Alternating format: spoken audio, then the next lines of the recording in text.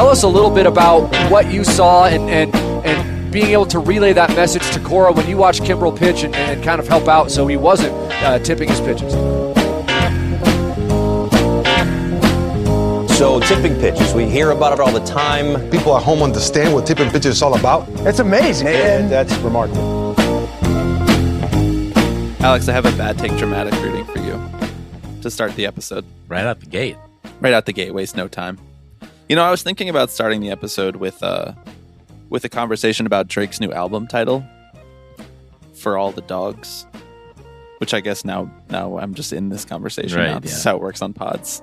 You just start saying stuff and then you just can't stop. And I was going to ask you when the last time you listened to a full Drake album is, but you could save that because we have the bad take dramatic reading that actually has to do with baseball. And it is the MLB playoffs. That makes sense. As much as I would like to talk about Drake's recent run. Would you say that's a good run? No, just kidding. Save it. Okay. Dateline, Chicago. I want you to guess the author as I read it. At what point can you identify the author? Okay. They are America's best secret on a baseball diamond. They are a small Midwest town and darn proud of it. There's no Madison Avenue, no Rodeo Drive. The highways are filled with pickups and rusted station wagons.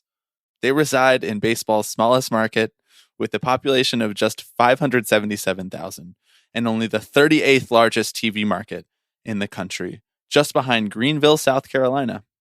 They are the Milwaukee Brewers. Headline of this piece, by the way, why the Milwaukee Brewers are my World Series pick. This was a week ago that this article came out. Is it Bob? It is Bob. Okay. There's no Madison Avenue, no Rodeo Drive. The highways are filled with pickups and rusted station wagons. Did you like that? That's a little hillbilly elegy for you, dog. You know, he heard you call the Yankees the flyover state fans last week and took issue with that and was like, I'll show you the real silent majority.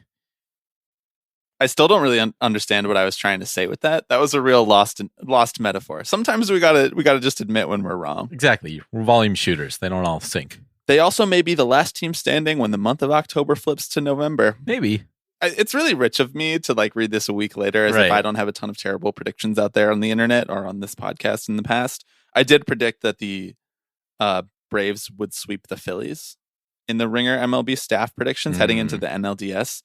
Though you know that I am rooting for the Phillies along with you because you witnessed it firsthand last night. Yeah. But I predicted... Sorry, I think I missed that. Can you just say that again? I'm not afraid. I'm rooting for the Phillies. Let's go Phils.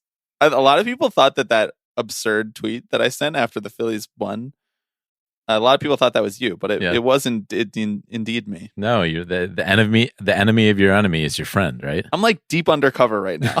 This is Cold War. They sent a CIA asset to Russia. I'm in there. Sure, Atlanta is the heavy favorite. The Houston Astros have the glossy postseason resume. The Los Angeles Dodgers are filled with stars. No matter. New paragraph. Really?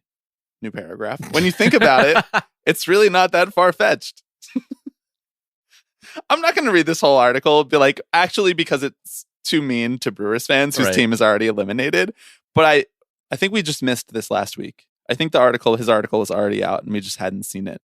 I love that he approaches these articles with this sort of tone and kind of bravado of long form magazine writing, he's shedding he's Hunter S. Thompson getting his take about who's going to win the World Series out. Yeah, right, exactly. He's like, the Milwaukee Brewers have a cold, He's trying to really... Wow, little Gay Talese action for you. Yeah. That's J School in action right there. That really was. I was like, Adam Pennenberg's going to be proud of me for that one. You just opened up an alternate reality where Adam Pennenberg listens to this podcast. Are you certain he doesn't? I guess I'm not, but I do think we have talked about him on this podcast before. Maybe not by name. He just dropped his first and his government name on the pod. It's real-time assassination coordinates. Do you think the listeners of Tipping Pitches are fascinated by our discussions of freshman year journalism school classes? Whether or Should not we get some Jay Rosenauer up in here. I don't think I ever had him for a class. Whether or not they're fascinated by it, it is important. It is where we met. It's part of the lore. It's where it's part of the lore. It's where we started developing this wonderful chemistry. if you think about it, bear with me here. Yeah. Just really hunker down. No, and bear with I'm me sold for this. already. Adam Pennenberg is the Rob Manfred before Rob Manfred, the target of our bits and ire. No, you're right. I do need to think about that one for a little longer. Like, we were just sitting there doing an unrecorded podcast about him. Yeah. And now we're just doing a recorded podcast where we may basically just make fun of Rob Manfred a lot. He did us a great service by making his class relatively unengaging enough that we were actually able to develop this partnership Right. simultaneously. We were filling in the gaps. While reading All the President's Men.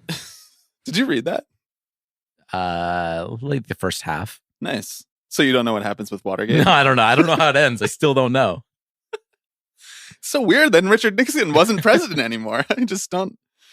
So do you want to get back to your thoughts about Drake? Actually, save it because we got to talk about the MLB playoffs. We're going to do that. We are unfortunately going to talk about Jerry Dipoto. And then I guess we have to talk about the fact that Billy Epler stepped down amidst an MLB investigation because the Mets they can't let go of the headlines. You know, they have to do it. But before we do all of that, I am Bobby Wagner. I'm Alex Baisley. And you are listening to Tipping Pitches.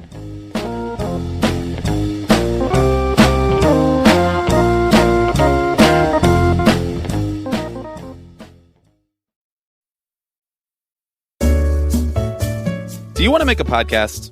Spotify has got a platform that lets you make one super easily, then distribute it everywhere, and even earn money all in one place for free. It's called Spotify for Podcasters. And Alex, I'm going to need you to tell me how it works. I would be delighted, Bobby. Spotify for Podcasters lets you record and edit podcasts right from your phone or computer. So no matter what your setup is like, you can start creating today. Then you can distribute your podcast to Spotify and everywhere else podcasts are heard. Very important. Video podcasts are also available on Spotify. And when you want to take conversations with your fans, that's the listeners, that's you listening to this ad right now, to the next level, Q&A and polls are the best way to get them talking.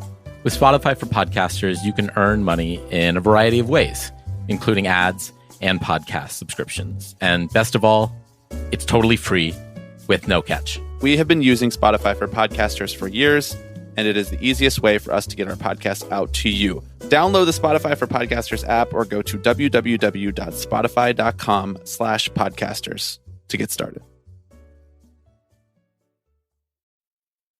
Thank you to this week's new patrons, Sebastian and Jacob. Before we start talking about the playoffs, Alex, I guess this is somewhat related to the Major League Baseball playoffs. We're going to be watching along with Braves Phillies tomorrow night. Trying to do my timelines right. Tomorrow night, Monday, October 9th at 6:07 p.m. Eastern. Now, this podcast was released on a Sunday afternoon, so I'm saying tomorrow night because it is tomorrow for me.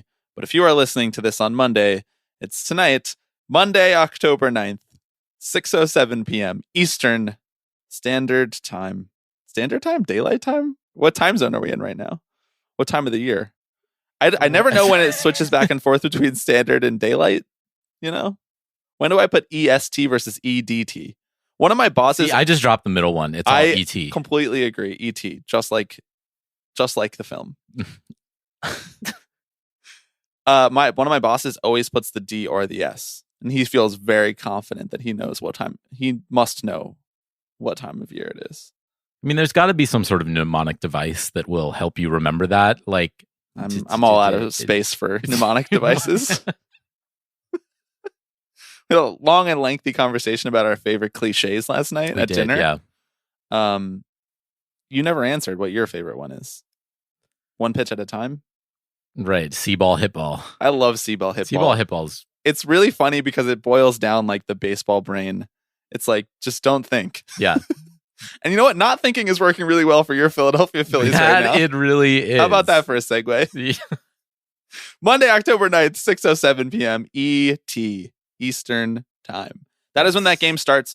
I don't know if the room will be up and running right at first pitch. Alex is going to be running back from work.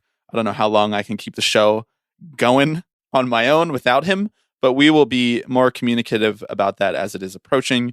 That is for members of the Tipping Pitches Patreon. We will drop it in the Slack. If you're not in the Slack, but you are a patron, we will send it via Patreon Messenger, the Messenger system in the Patreon app. Okay, now that the housekeeping is out of the way, and now that I stepped on the good segue that I already did, you want to talk about the MLB playoffs? The first week of October Major League Baseball? What's standing out? There were not a ton of competitive matchups in the wild card round, although I do think that the playoffs are kind of better for it, that all the teams that are supposed to be here are here. Like the frauds got bounced is what I'm saying. So you're saying that the Diamondbacks are more legitimate than the Brewers?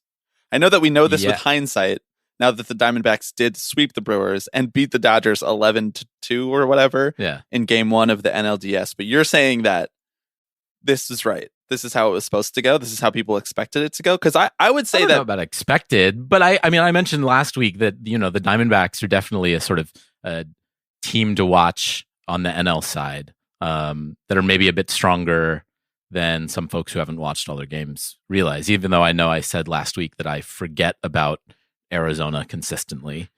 You want to talk about time zones? They don't even do daylight savings time. So you'll get all screwed up if we try to get into the Arizona of it. Yeah. I really don't want to talk about time zones. My brain starts to go a little haywire thinking about that. I like time zones. I'm into it. I'm into the concept. Pro time zone. I think it's become very in vogue to be like, time zones are stupid. Daylight savings time is bad. I'm like, I think it's not that bad. Well, I think time zones makes sense. Did you want to keep talking about the playoffs? No, I want to talk about the new Drake album. I see what you're saying. I think it's nice to have one team in there that maybe people didn't expect or that a lot of people picked against in the case of the Diamondbacks. I think we maybe could have afforded like one more upset in the first round just for the chaos of Marlins. It. Well, no, because I think that Phillies Braves is the one matchup that I would not have wanted to step on by having an upset in the first round, because I think it's previously thought it was going to be the best series in the playoffs, save the World Series matchup that's hard to predict early on, but the best series that you could like reliably feel like was going to happen. And I just don't think the Marlins, especially down to pitchers, are really a competitive team in this playoff field. Yeah. And I think they proved that, and the Phillies took care of business. But I think maybe having one more upset in the first round could have helped. Yeah, but I don't know who I would have looked at. Like, I guess that's true. Texas, Baltimore is a much better matchup than. Although that is an upset, though. So what are we even talking about? That was an upset. Yeah. I guess there's 2 upsets now. Yeah, another year of Rays, Schadenfreude. Yeah. So let me ask you that then. Your characterization of the people who should be there are there still. So how do you slot the Rays into that characterization? Because I think a lot of people expected the Rays to take care of Texas. Texas comes in, they just blew the division in kind of bumbling fashion. They were so good for the first 2/3 of the year. They really fell off. They have a lot of injuries. They're struggling to put together like the playoff pitching rotation that they wanted to, and yet they come in and they just steamroll the Rays, who won 99 games and are quote unquote like built for October in the way that they manage their roster. So did you just not buy into any of that stuff? I mean, the Rays did their blueprint, right? They made it to the playoffs and got bounced. Like, that's their thing these days. I don't know that I believe the whole built for October thing exactly. Yeah. I think they're a good team, but I think they haven't really figured out how to. I mean, they dealt with a deluge of injuries this year, right? And they also had a lot of kind of young players who maybe didn't all mesh at the same time. So like, they also don't have the best player on their team on their roster because he is on the commissioner's exempt list for some very, very serious allegations.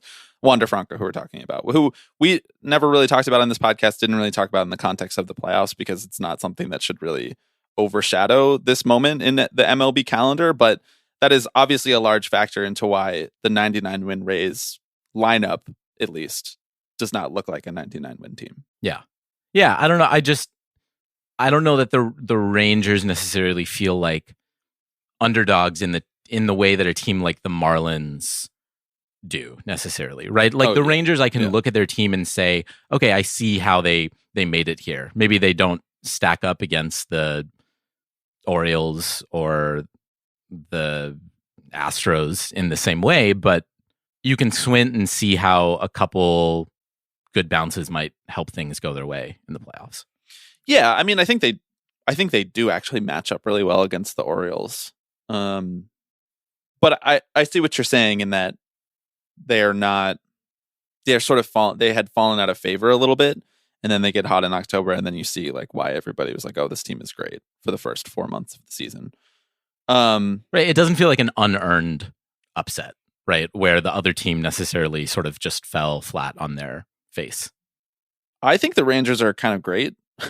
Like, I look at their lineup, and in the context of October, where, Jordan Schusterman always repeats this phrase, and he said where he had heard it from for the first time and where he ran it back, and I forget where it originated, but he always says the phrase on Baseball Barbecue, like the blueprint for 27 outs or something like that, or like getting to 27 outs in a playoff game, because it's not like the regular season where you have to get 27 outs, but then you also have to get 27 outs tomorrow, and you also have to get 27 outs for 27 of the next 30 days. Yeah. Like you really just have to get 27 outs this day. Otherwise, the whole complexion of a series will change. And I think that I looked at the Rangers and it was like, oh, that's going to be challenging. Their bullpen is not good. And they lost three of their best starters, really. Max Scherzer not going to make it back for this round. DeGrom out for the year. John Gray, who was like, he's John Gray, but also was very solid in the regular season for them. And he was another free agent signing that they had brought on to bolster a rotation that they had trouble developing internally. And you look at that and you're like, they're in trouble. And then you realize that the other team also has to get 27 outs against their roster. Yeah. And it's like, okay, here comes Corey Seager again. Here comes Adolis Garcia. Yep. Here comes Marcus Semien. Here comes Evan Carter. Here comes Evan Carter, who is apparently Barry Bonds now. And so they feel very much like a team designed to be like, well, you forgot about us, you know? Mm-hmm. Like you forgot about how Corey Seager is the best hitter in baseball. And then, I mean, you look on the other side of the bracket, or on the top half of the bracket on that side, and you're like, you see the Astros and you remember, oh yeah, this is a team that is completely actually optimized for October, not the way that people talk about the Rays being optimized for October. Yes, definitely. What were the other things that stood out to you from the first round? Minnesota Twins, not fraudulent. I know they lost game 1 to the Not Astros. fraudulent, though. But not fraudulent, man. Oh, that pitching that did so well during the regular season. Minnesota Twins beat the fraudulent allegations. They really did. And, we already had discourse about, like, pitchers getting pulled, right? There was the Jose Barrios had started for the Toronto Blue Jays and had, I think, only thrown 40-something pitches, and then got pulled in the 4th in favor of Yusei Kikuchi, who ended up surrendering 2 runs to the Twins.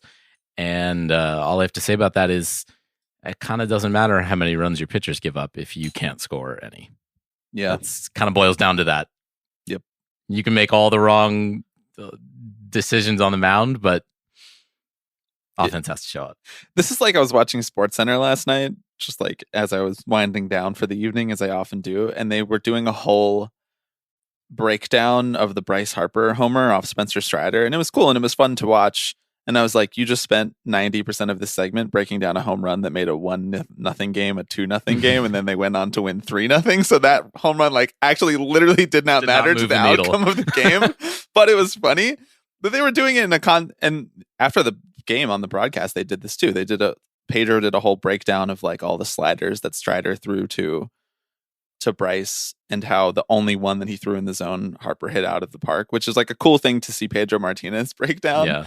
And then it was like, the conclusion of it was like, oh, Harper has Strider's number.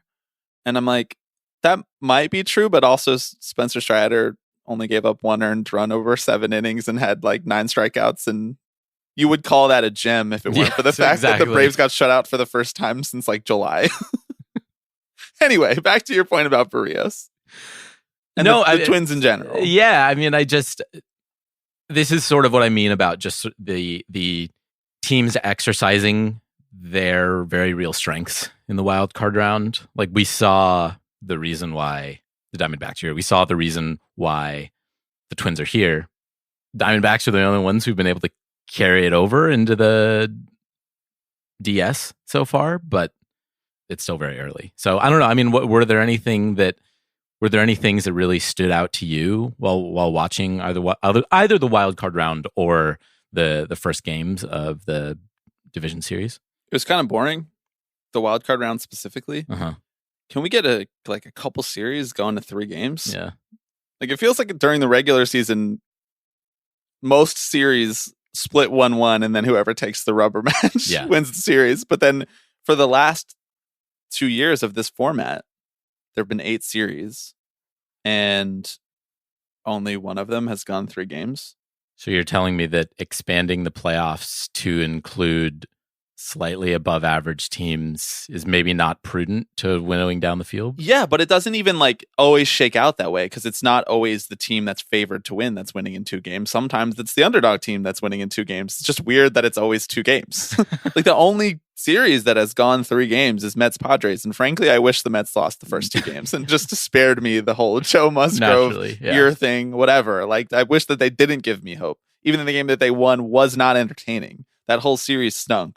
So, if that's the only thing that we have to show for changing the playoff format, for getting rid of the wild card, which was the one thing on the baseball calendar that felt significantly different than the rest of the season, boiling the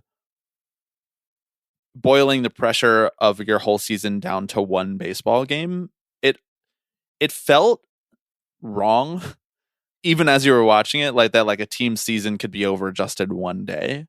But it was at least entertaining for that reason. And now it still feels kind of wrong that a team's season is over in 2 days and it's not as entertaining. Yeah. So we need to figure out some sort of happy medium where, I don't know if that's just allowing a few more years for things to shake out differently, to get a couple more entertaining series, to get some game 3s that have that level of intensity as some of the 1 game elimination wildcard games had. But right now, I feel like we're kind of getting the worst of both worlds. And that's unfortunate, because I did enjoy seeing some of those quote-unquote expanded playoff teams get their shot. Like, the Diamondbacks would not have been in the playoffs if it were not for that. And now they're in pole position against the Dodgers, their division rival. By the way, real bubbling storyline here, the Dodgers potentially losing in back-to-back seasons to NL East teams that they have absolutely humiliated and owned over the last decade. That's tough. That's tough scenes. Absolute tough scenes. So I'm a little bit disappointed in the wildcard round. That being said, I think that's probably enough talk about the wildcard round, because we are in the division series round. Every series has played 1 game so far. Astros are up, Rangers are up, Diamondbacks are up, and Phillies are up. Is it still the Phillies-Braves series that you think is the most exciting, intriguing, and worth watching? I mean, I know we're going to be doing a watch-along for that because it's the most conveniently timed one, and also because of your Phillies fandom. Naturally. But through 1 game in each of these series, is that the one that you're still the most, that you think still garners the most attention and intrigue? I think so, just because it feels sort of like a really well-balanced series. And just a remarkable matchup of vibes, right? Just the best vibes in the playoffs versus the worst vibes in the playoffs. And bold. I don't. So you're saying the vibes of the org, or the vibes of the team? Yeah. Well, I guess a little bit of both, but yeah, I think the Braves roster itself has fine vibes, has good vibes. If they were wearing Twins jerseys, you'd be like, I love this team. This team has great vibes. 100%. But I see what you're saying. It's impossible to divorce them from the vibes of the whole, or the vibes of the stadium that they play in. That is knowing what you're gonna hear when they play home games is I would be remiss if I didn't mention the fact that Blooper was single-handedly getting into an argument with every single Phillies fan on Twitter in the lead up to this. This Blooper is their ill-conceived fanatic ripoff. Fanatic, yeah. Just a whitewashed fanatic Literally. is what it is, yeah. Right? And can I just, the whole like mascot Twitter like shit posting thing, it's awful. Is so beyond the pale. So bad. Like if the person running your mascot's account is like posting like some, mid-20s Barstool acolyte, like you have lost the plot completely. Like the mascot experience can be left at the ballpark. That's a great take. Unfortunately, that's never going to happen. Oh, it's never going to happen because there's too much opportunity for digital brand synergy. Yeah, Alex. Exactly. Come on, reach. But even the digital ballpark. What about that? Even the best quote unquote mascot accounts like know that they really rank your top 5 mascot accounts. Actually, wait, first rank your top 5 Drake albums. No, just kidding. We'll say that for the end. Yeah, we'll save it for the end. It just like even the best ones know that they can just post like innocuous or like innocent ballpark content, and right, even like, then, loved being out at the yard last night with all of my people and like a couple photos. And even then, like you start towing the line a little bit. Like if you look at the Mets Twitter account and the replies to anything that features Mrs. Met, Well, that's a whole different ballgame. We cannot open that can of worms right now. I just totally agree with you. Yeah, I totally agree. It's like they think they have like valuable IP in the mascot, and they're like, well, we have to distribute this valuable IP because this can make us money on sponsored posts and advertisements. Yeah. I just think it's funny that anybody thinks that they can hold their ground against Philadelphia fans. I know. It's just a losing battle. Like you're just not, that's nuclear warfare. No one's going to win that. Trust me. 27 years of my life have proven that to me. The Phillies-Braves series is fascinating from a baseball analysis perspective because seemingly everybody has concluded that these two teams are evenly matched, including yourself not 5 minutes ago on this podcast. Including, I gotta say, like me right now at this point, like it does seem like the Phillies play the Braves very well.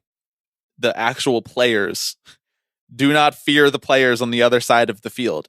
However, that is a very hard thing to quantify. And on the flip side, the things that you can quantify, the Braves are just better. They're a better team. They had a better season. They finished 14 games clear of the Philadelphia Phillies, who easily got the top wildcard spot. They finished 150 runs better in run differential than the Phillies. They had an 845 OPS as a team. The whole team. 50 points clear of the second best team. 80 points clear of the Phillies. And yet, they got shut out in the first game. So from a baseball analysis perspective, this is a fascinating series because it's basically just like the proof is in the pudding that nothing matters when it comes to October, and it's a fool's errand, and it's basically a crapshoot. It's a really entertaining crapshoot when you have stars on both sides of the field, and both teams have earnestly given themselves a chance by maximizing the potential of their roster by investing in it. Now, the Braves have invested in different ways. There's a whole interesting dynamic playing out amongst the NL East rivals right now. The Phillies under Dombrowski are very much just like spend, get good established players. The Braves are doing their own thing where they're trying to sign their core at cheaper contracts. But earlier, I thought Hannah Kaiser wrote a really great piece in Yahoo about that, about just how did this happen. I still don't really understand how it happened, but I thought Hannah put like every contextual element in its proper light for how a thing like this could happen with an organization. And then, of course, the Mets are trying to do a similar thing to the Phillies and like get established players. And also they're trying to like have the best of both worlds almost. They're like trying to develop internally and spend at the top like the Dodgers do. So there's a fascinating storyline going on from that perspective. And it's just great baseball. It's just great baseball when these two teams come together. They do have very opposite energies. Yeah. Well, and also like very opposite and complementing strengths, right? The Phillies rotation and just pitching staff in general is incredible. I mean, like one of the best in baseball right now. And as you mentioned, the Braves offense is one of the best in like the last 2 decades.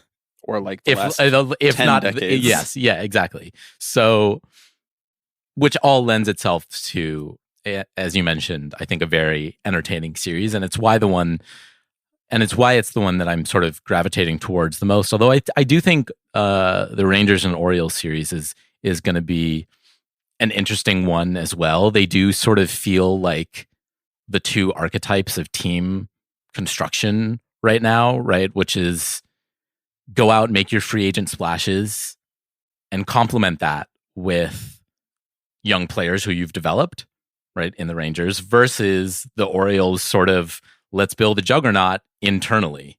Yeah. Let's hug these prospects exactly, and hope that they turn out. Yeah. So like I'm going to be watching that series with a lot of fascination, not necessarily because like I think we're past the point of any one team's success or failure in the playoffs being a referendum on like that team construction strategy. We can't be past that because that's our whole thing. It's our whole thing, bro. No, but I also recognize that it is the kind of thing that persists, right? It's hard to look at that series and not think some very smart people are going to take some very dumb takeaways from this. Well, including us. We are going to be right. Yeah, exactly. We're not that smart. And we're going to ball the shit out of it. Well, you just did it with the Rays 15 minutes ago. You were like, the Rays shit doesn't work. I love the Billy Bean shit doesn't work in October. Just being the different sequels of that we've had for over decades now. At this point, shit doesn't work in October. You know what's interesting about Rangers Orioles that you reminded me of just now? I think it's fascinating that Elias, running the Orioles, saw the Astros shit work to the tune of 2 World Series and 2 other appearances, and then just decided to not do some of those strategies that they implemented, like to not go to get the Justin Verlander type, to not go get more relievers, to not do this, to not do that. It's just, I find it fascinating. I'm curious to see if it's going to work out. Yeah, I mean, I do think the Orioles are like earlier on in their window. You know, they are like, I don't think they're earlier than 2017 Astros. They're better than that team was. At least they won more games. I mean, yes. Yeah, you're right. I think you can see the shift in organizational philosophy from the way that they talk about the teams in public, right? In just like kind of at every trade deadline and at every offseason saying, this is not the year. Wait till next year. Yeah. So like, and you know, I think a lot of that comes from ownership and what those directives are and like how you actually can spend the money that you have. I will say, to sort of divorce this a little bit from like the team construction of the Orioles and the Rangers, that game itself, the Orioles are by no means down and out. No. In the way that it felt like the Dodgers were. And that doesn't mean that I think the Dodgers are like eliminated now. But the takeaways from the various game ones, it's not like the Orioles were completely dominated. They had a lackluster performance against Andrew Heaney. Heaney?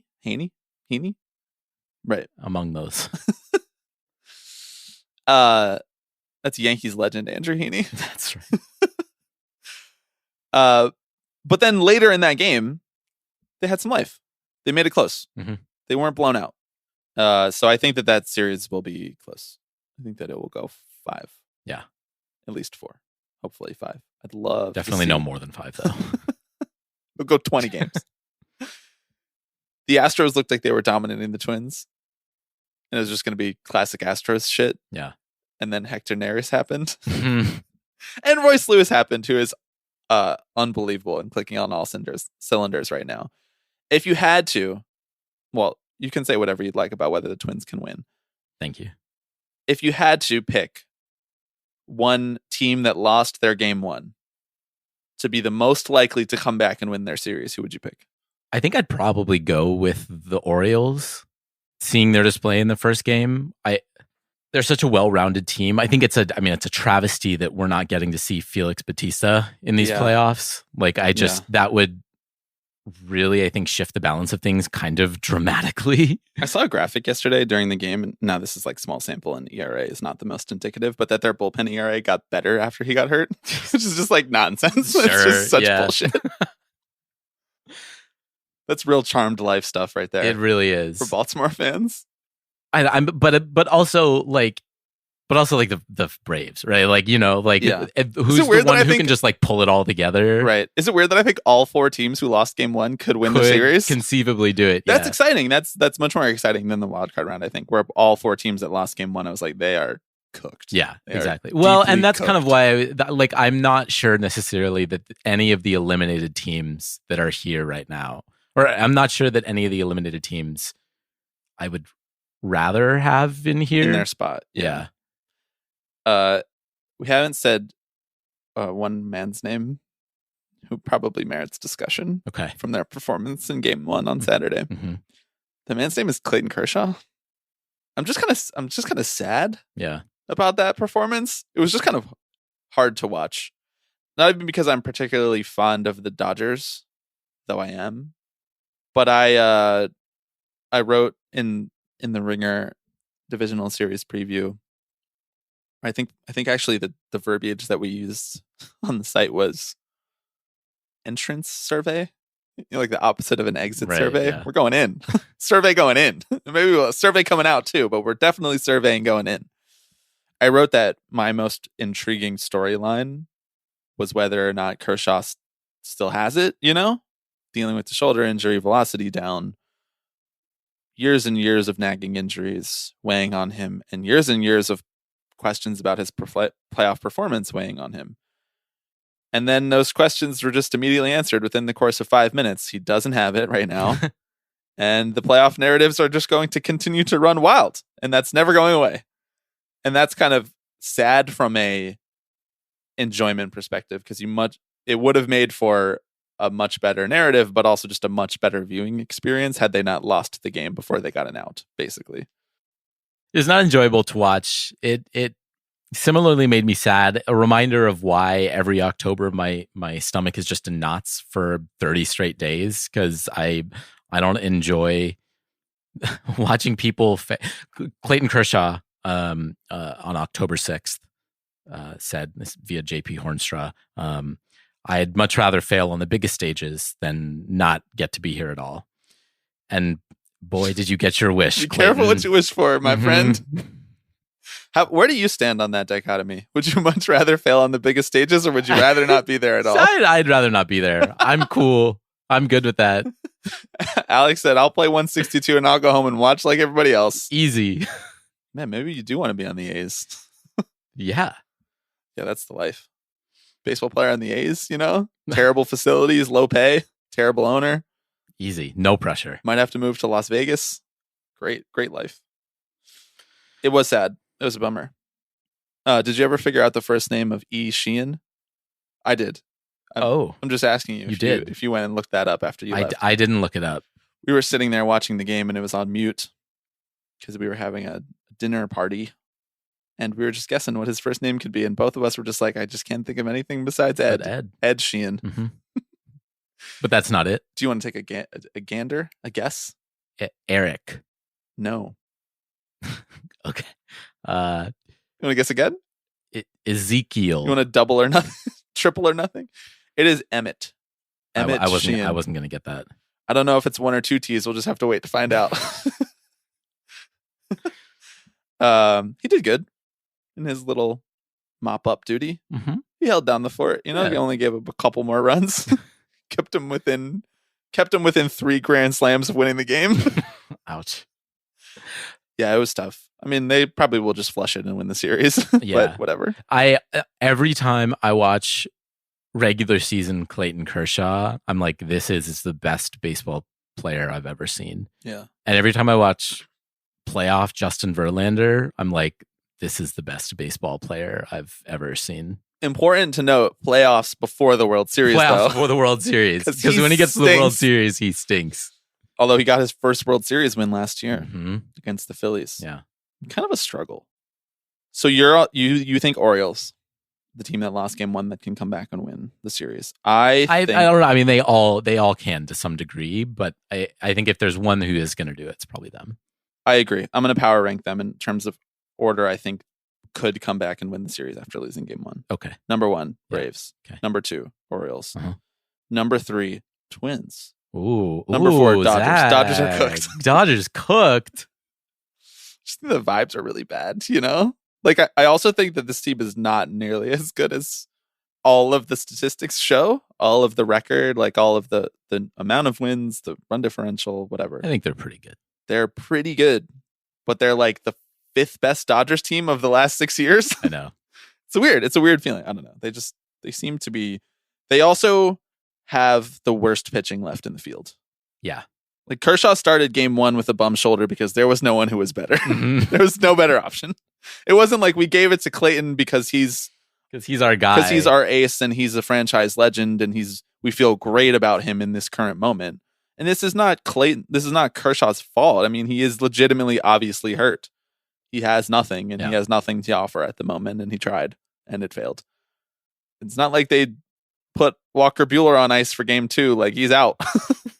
Like we're going to see some Lance Lynn action in this series. Hell yeah. Joe Kelly will be on the mound in this series, So I don't know. I hate to say it, but I think all 4 teams could come back and win, but I weirdly feel better about the Twins doing it than the Dodgers. Okay. Anything else to say about the division series round before we mop up our own stories from the past week that have nothing to do with the playoffs, really? The real reason I believe in the Diamondbacks is because they have the devil on their side. They're the Snakes.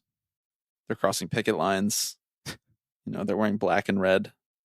Yeah. They had the devil on their side. I don't know. This was also relevant to a conversation we had last night about the existence of the devil, although maybe that's an off-air. I'll put it on mic. I'm not afraid. Okay. Do you believe in the devil? You didn't answer the question last night. You were just kind of like, oh, good point. Oh, that's cool. No, funny. I know. You were just kind of dodging it. Yeah, well. Catholic school education that you have. Do you believe in the devil? Go on the record. I mean, after going to Catholic school, I believe in the devil. Yeah. It really wasn't like, do you believe in the devil was not the conversation. That was weeks ago on the Big Picture podcast. Right. The conversation was, do you believe in possession? Right. Like how do you think the devil manifests itself? Yeah, exorcism sort of stuff. Mm-hmm. This is a real can of worms. This is quite a can of worms. Just go on the record right now. You don't have to explain.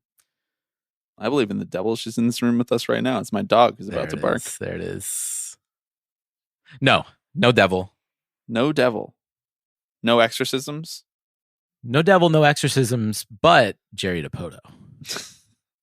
But before we do Jerry Dipoto, do you want to do your top 5 Drake albums? Last Drake album that had no skips. A Drake album with no skips? I've already forgotten the name of the new Drake album. What is it? For All the Dogs? Right. For All the Dogs I Loved Before. Drake's album is on like a Rays in the playoffs run right now. Just, he's not cooking. Just whiffs. He's on to nothing. Just all whiffs. But the numbers are there, The analytics are there to back him up. I don't even know if that's true. It's all about streaming hours, dude. Consumption hours. Oh, true. The almighty Spotify consumption hours in the sky. Okay, let's talk about Jerry Dipoto. Actually, let's hear Jerry Dipoto in his own words first. If you go back and you look in a decade, those teams that win 54% of the time always wind up in the postseason, and they more often than not wind up in World Series. So there's your bigger picture process. Nobody wants to hear the goal this year is we're going to win 54% of the time, because sometimes 54% is some. One year you're going to win 60%, another year you're going to win 50%. It's whatever it is.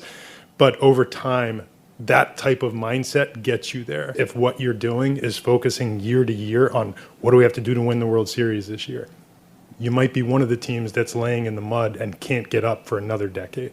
So we're actually doing the fan base a favor and asking for their patience to win the World Series while we continue to build a sustainably good roster. I'm going to let you cook on this one first.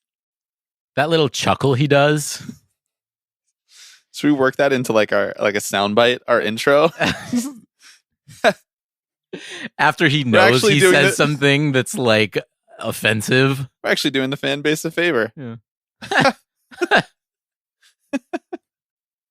I have some advice for Jerry, actually, before we launch into the merits of what he said.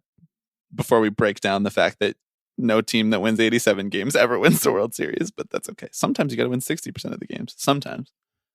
You just have to magically do it. Yeah. You can't say that and chuckle when you are like handsome with that haircut. You just can't. You can't get away with it. People are going to be so mad. He looks so smug when he does it. He's like a very fit former Major League Baseball player with a fancy little haircut that has a lot of gel in it. If he was just some anonymous dude who had like come up through the analytics department, I think people would be less mad. Absolutely. You can't come out there and say that as the guy who runs the baseball team. Like right. And who like needs to inspire confidence in the baseball team? Exactly. Too. Like so in many the fan base. So many GMs these days just don't have that background about talking to fans about baseball as if they are among them. You know, there's not a lot of like that PR training is just not there. It's all very much in line with what Rob Manfred's administration has kind of looked like, which is just kind of like say the things you're seeing and experiencing and doing and hope that people will reward you for being forthcoming with them. And I just know fan wants to hear, hey, we're actually doing you a favor by trying to win 88 games every single year. So that we never win 74. So that we never win 74. And like, I'm not the only person to point out that the last time the Mariners were in a similar position in that like 94 to 2004 run. You remember that when the Mariners were good? Yep. And they won 54% of the time? Actually, sorry. They won 55% of the time. Yeah, but they also... Okay, here's the thing. Number one, I agree with your assessment that this is just a GM having a moment of honesty about how everybody in the sport now thinks. If anyone who's paying attention, anyone who listens to this podcast knows that we've been railing against this sort of like sustainability mindset that leads to basically refusing to push your chips into the center of the table. An exciting thing for fans. And very like that's important to note that what GMs think is unsustainable and dangerous are things that fans want. Going out and getting good players, making big trades, trying to win it all. That is what fans want. Fans don't want 87 wins. No fan that you meet on the street is like, I hope that we win 87 games this year. Yeah. And if we win 89, I hope we only win 85 next year. Like nobody, you think that Mariners fans after the 2001 team that set the record for wins were like, that's great, but we got a little bit ahead of too far above the mean. You know, now we're going to regress because of this. Like, that's not how it works necessarily with all of the different factors that go into how many games you win in any given year. So I agree with your assessment that he is just voicing a thing that all GMs feel. I think the reason that this went so viral is because it came on the heels of them literally getting eliminated while winning more than that amount of games and not making the playoffs and having just made the playoffs for the first time in 20 years last year. And he's been running the team for 8 years. So if he wants to run it sustainably over a decade and win 54% of his games, I saw someone to get to work. I saw someone point this out. He has 2 more years, and in the next 2 years, he has to win 104 games in each year. Yeah. So time to push those chips in, Jerry. Otherwise, you're not hitting your mark. Yeah. And you don't, according to your metrics, don't stand a chance. And then, of course, he's just lying, number one. Like, teams don't win 54% of their games. He's saying sometimes you have to win 60% of your games. Right. He's saying if you can put together an above average team that sometimes wins a little more and sometimes wins a little less, more likely than not, you'll end up in a position for contention. Yes, that is what he's saying. But I feel like that part of what he said felt a little bit hand-waved by him intentionally and was kind of missed in favor of people being frustrated at the "we're doing you a favor" comment, which obviously is such a, so knife to the gut and so condescending. But in order for them to win 60 games, which is 6% more than 54, which doesn't sound like a lot, that takes them from being an 87-win team to a 97-win team. Are the Mariners a 97-win team? Do they have a 97-win team roster? Have they done anything to add the players to make up those 10 extra wins in a division that is extremely competitive, that has been dominated by a dynasty for the last 6 years in the Houston Astros, have they done that? Are they going to do that? Are they going to spend the money to do that? Are they going to make the trades to do that? I mean, I think earnestly, Dipoto is not the worst offender here. He has made big splash trades. He has gotten Luis Castillo. He has given the contract to Julio Rodriguez to not let him walk like other organizations who try to have this sustainability mindset do, but they just haven't done anything else. So we've lost the plot here. If you want to win 87 games every year, congratulations. You're never going to win the World Series. We've moved beyond the point where you can just luck into a World Series. It's like that doesn't happen anymore. It's also just a perfect example of stepping on a rake when you really didn't need to. Like, fans were excited and then justifiably disappointed at the Mariners' close miss of the playoffs, but there was some momentum going into the end of the year there. And if you, as Jerry Dipoto, come out and say, look, we're just a move or two away, and we really want to build a contender for years, and hey, we're going to try and win 100% of our games. We're going to go out there and try and win every game we can this year, and give lip service to that desire from fans to see success. It'd be so easy and you'd be celebrated. No one is asking you to come out there and give your annual financial report on like how the team is doing. Like, just go out there, give some platitudes, and then walk away. That is exactly right. And I'm so glad that you said the word financial, because this is Moneyball. And this is why I said that you have the most experience with this kind of mindset. My experience is different than this. As a Mets fan, it's just been various degrees of dysfunction / bankruptcy court. Like, it's not like this.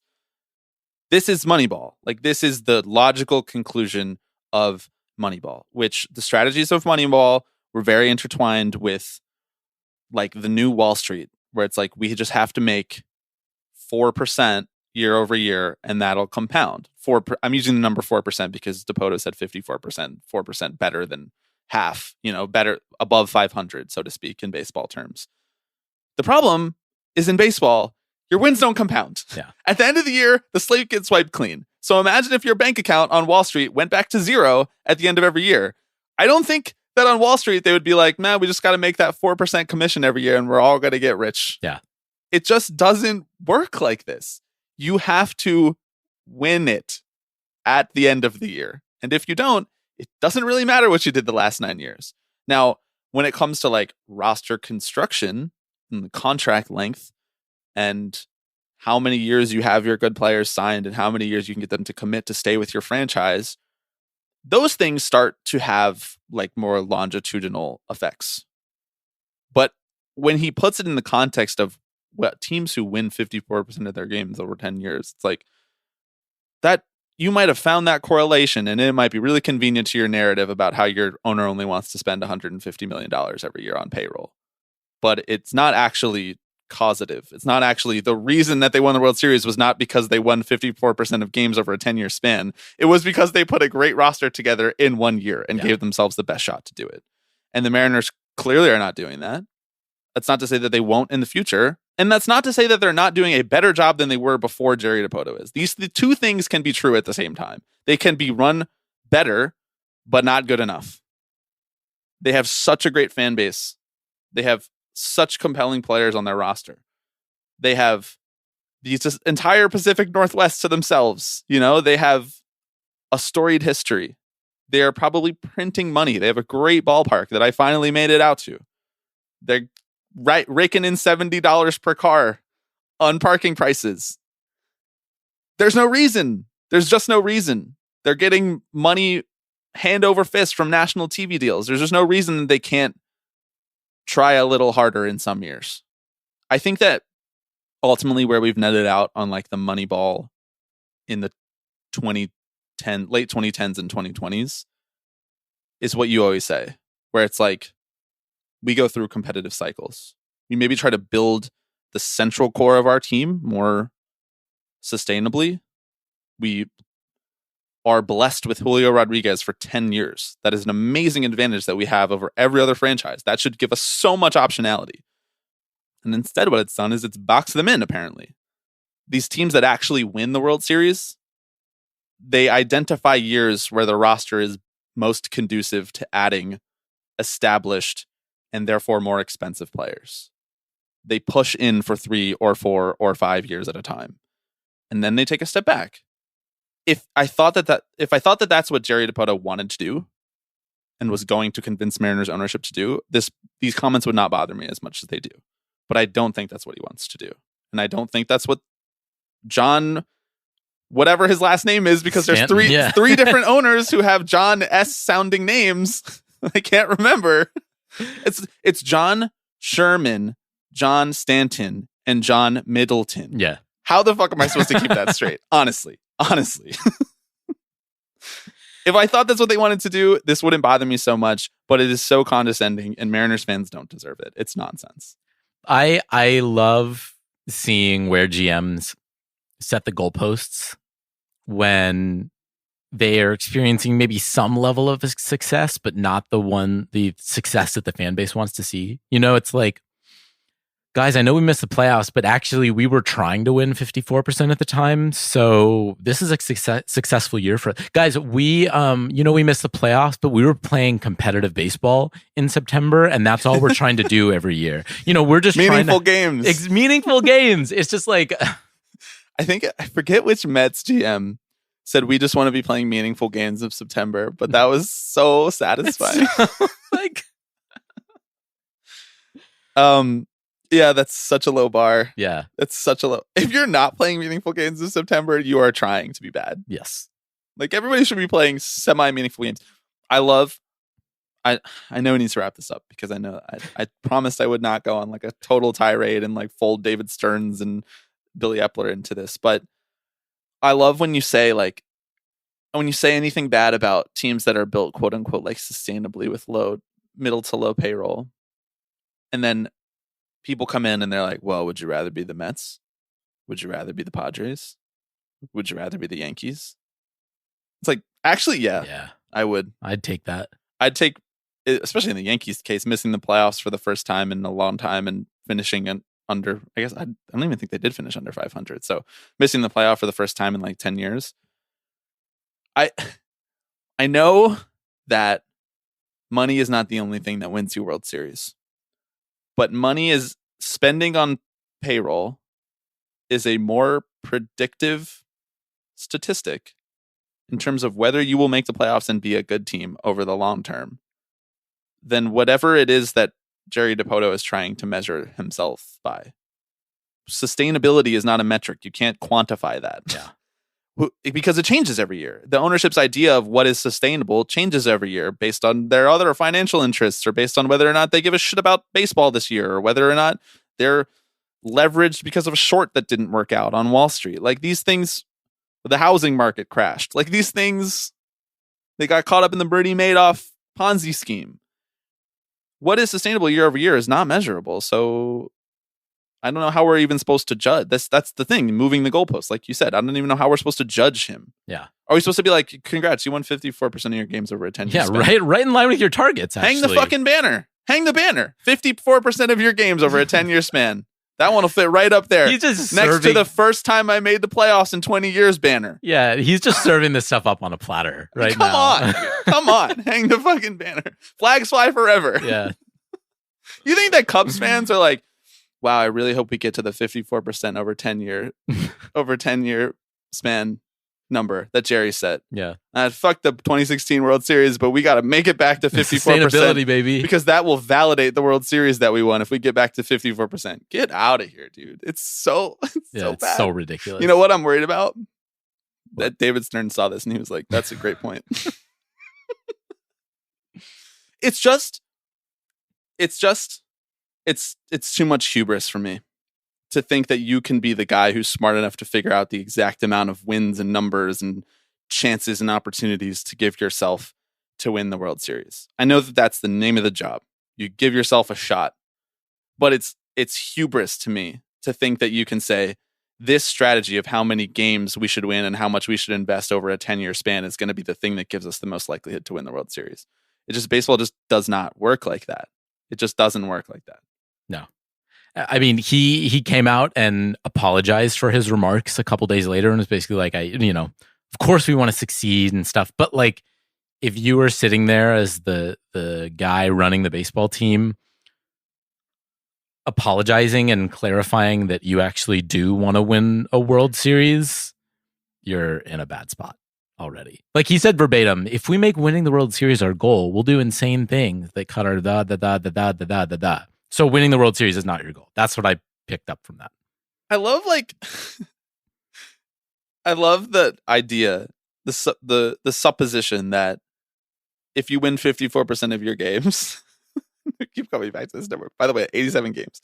If you win 87 games over the span of 10 years, that will suddenly mean that everything else that it takes to win a World Series, that everything that happens in October, it will make you more likely to be able to do those things. They have no effect on each other. Those things have no effect on each other. No. If you hit this mysterious benchmark, it doesn't mean that when you get to October, it's going to work out. Like, I don't know. I know. It's like driving me so crazy. It's so crazy. We've kind of exhausted all of our time. I don't really need to talk about Billy Epler, other than to say that people must really not like him if he's resigning because of an investigation for using the Phantom IL, a thing that every team in baseball uses, a thing that our favorite of the podcast, Ross Stripling, said he was put on by Farhan Zaidi earlier this year. He used the phrase Phantom IL to the press. Yeah. He said that he was told that he had a back injury by Gabe Kapler, and he just found that out. I'm on the Phantom IL, he said. So if Billy Epler is resigning for that investigation, it just must mean that people were not interested in having him around anymore. I honestly don't know how to make heads or tails of it. Yeah. Good luck to David. Everybody enjoy this last October without Stearns being the main attraction. Yeah. You know? RIP my chances at a Brewers World Series validating the David Stearns hire. Yeah. Born September 28th. Died October 4th. Before we head out of here, you mentioned it earlier. D-backs crossed a Unite here local picket line. Yeah. Hotel workers that they were staying in, the hotel that they were staying in this series against the Dodgers. That's whack. Their excuse was like, we've been just made aware of this today. They said, yeah, we were just made aware on social media. The strike has been going on for months. Yeah. This is the same strike that Unite asked Taylor Swift to cancel her LA stadium tour dates because of. Can you confirm whether or not Taylor Swift followed that advice? And so it's been going on for a while. Yeah.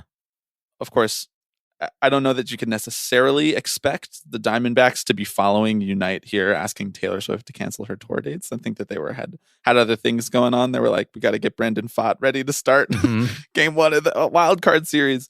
But their excuse for not moving to a different hotel so that they wouldn't be crossing a picket line was that it's just hard to find accommodations. You know, it is hard to find hotels. It's so hard to find hotels in Los Angeles, second biggest city in the United States. Mm-hmm. It's tough. No hotels. Famously, no travel. Not a tourist destination. I mean, I am, I guess, sympathetic to the idea that they have a lot of people that need to be in very specific kinds of high-end hotel rooms. But like, come on, that's not a very good excuse. No, it's not. The collective bargaining agreement does not allow players to refuse to cross a picket line either, which is not necessarily something that I would think would be included in there, but especially with the fact that the PA joined the AFL-CIO just this past year. I mean, not that there are any rules or regulations around this sort of thing, but it's always disheartening to see one of the larger, more visible unions refusing to show solidarity with one of their brethren. It's just a bummer. That's all. It's interesting that in the CBA, it says that you can't cross a picket, or you can't refuse to cross a picket line. I don't remember reading that, but I don't think it explicitly says they can't, but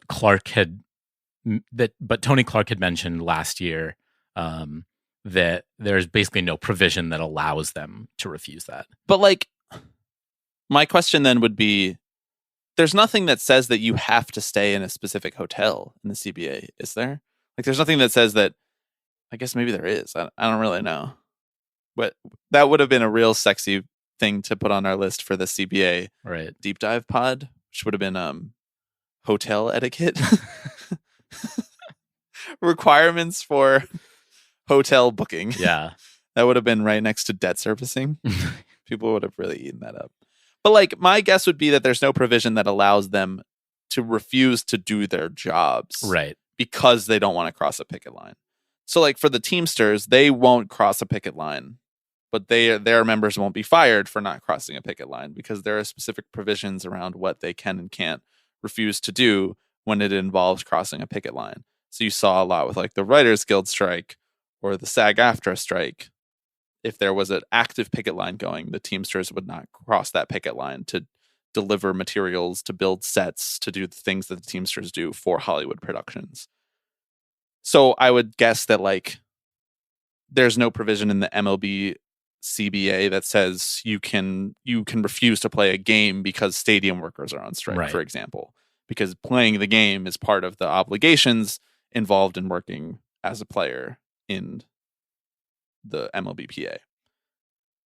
But it's kind of like a little bit more of a gray area for like a hotel that they would be staying in for a series that they're playing in, as long as you still show up and play the games. I don't think that you're failing to fulfill your obligations. But all that being said, there is very little, I would guess, like ability for a player to book their own hotel or like an expectation that they would be able to book their own hotel and stay separately with the team, like in the middle of a playoff series, is like, that's probably not a realistic expectation. I think the onus falls on the Players Association and the league. And the MLBPA said that they did make a formal request to the league that the Diamondbacks not have to stay in this hotel. And I guess that request was just not honored. I don't necessarily know the line of communication that happens for that sort of thing. So it goes directly to Rob. Mm-hmm.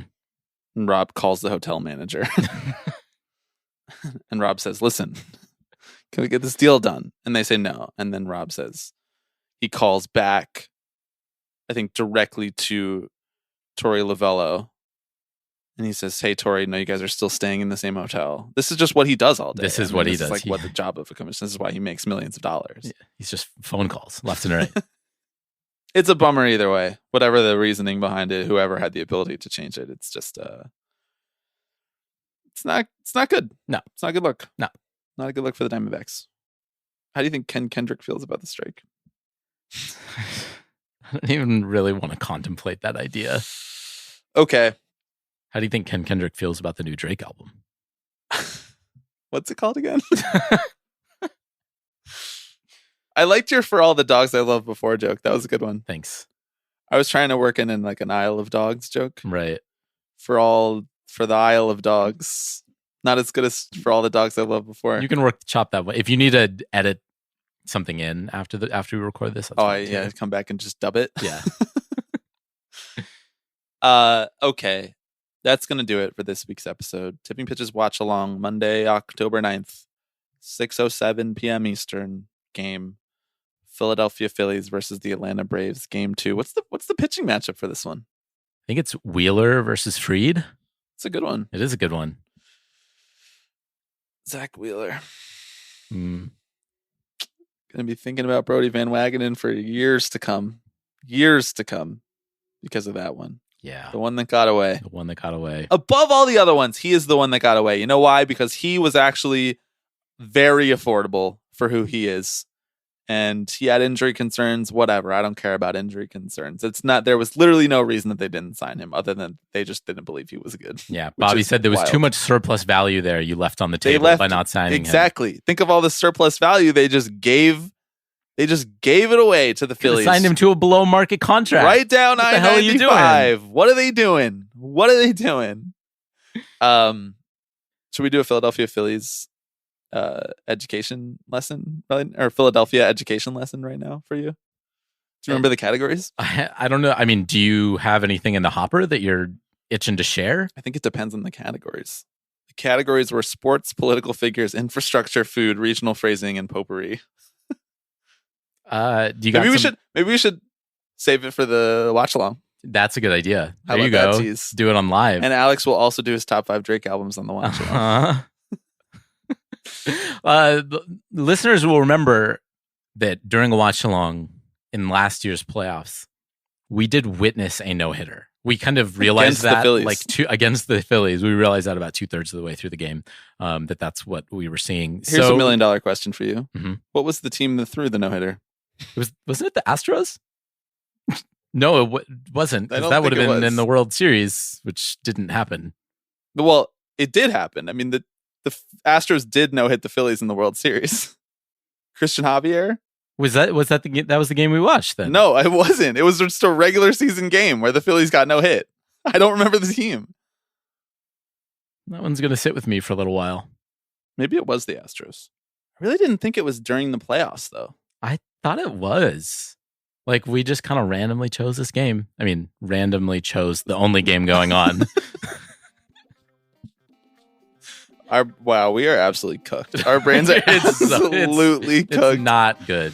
Okay. Anyway, this is probably all going to get cut. Thank you all for listening. We will be back next week.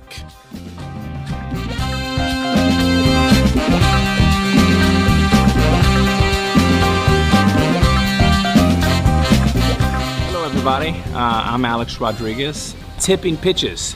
Tipping pitches. This is the one that I love the most. Tipping pitches. So we'll see you next week. See ya!